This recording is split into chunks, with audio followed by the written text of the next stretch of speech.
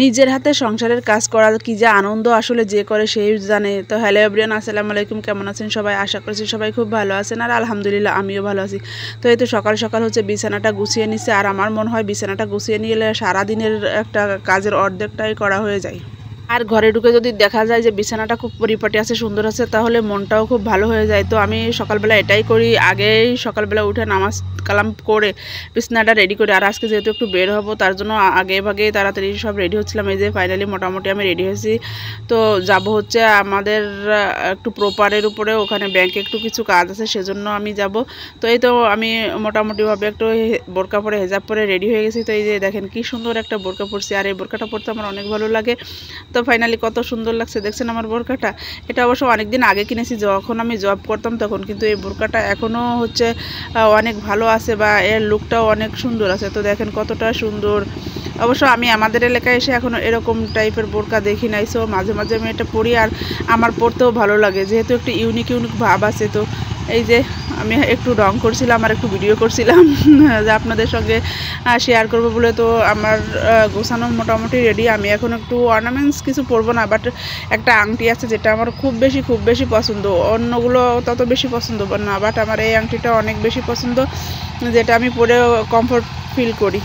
এটা ডিজাইনটা একেবারে সিম্পল, বাট এই জন্য আমি বেশি পরতে পছন্দ করি, কারণ এটা কোনো কাপড় চোপড়েও বাঁধে না, মানে কাজ করতেও কোনো প্রবলেম হয় না, যার জন্য আমি এটা বেশি করে পরি। তো দেখেন আমি আংটিটা পরছি, আর সেটাও আপনাদের সঙ্গে আর কি দেখাচ্ছি।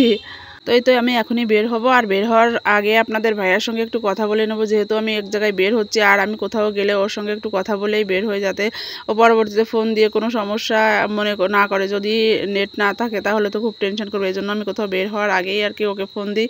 এই যে ফাইনালি আমি ইজি বাইকের ভিতরে বসে আছি, আর একটা লোকও নাই। আমি ভাবছিলাম কতক্ষণে এটা ছাড়বে, এটাতে নাকি 4-5জন লোক না হলে ছাড়ে না। তো আমি যেহেতু একা একা বসে আছি, ভালো লাগছিল না কতক্ষণে ছাড়বে। তো ভাবলাম একটু বসে আর কি করব। খুব টেনশন হচ্ছিল যে আমি আবার কখন ফিরবো, দুপুরে আবার রান্না আছে।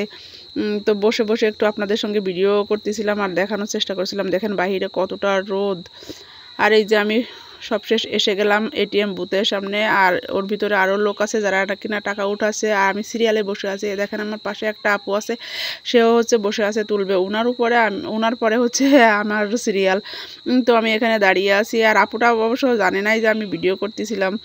আপনাদের সঙ্গে অবশ্যই একটু দেখানোর জন্য যে আমি কোথায় আসলাম। এই যে সোনালী ব্যাংকের বুথ, এটা এখান থেকে আমি হচ্ছে টাকা উঠাবো। তো টাকা উঠানোর পরে ফাইনালি একটা রেস্টুরেন্টে গেলাম, আর এদিকে দেখতেছিলাম কি আইটেম আছে। তো দেখেন কত সুন্দর করে এরা ওয়ালে লাগিয়ে রাখছে, খুব ভালো লাগছিল। আর এখানকার পরিবেশটাও সুন্দর, চেয়ারগুলোও সুন্দর, মানে মোটামুটি এখানকার পরিবেশটা আমার পছন্দ হয়েছে। তো আমার আজকের ব্লগটা এই পর্যন্তই থাকছে। সবাই ভালো থাকবেন, সুস্থ থাকবেন, আল্লাহ হাফেজ।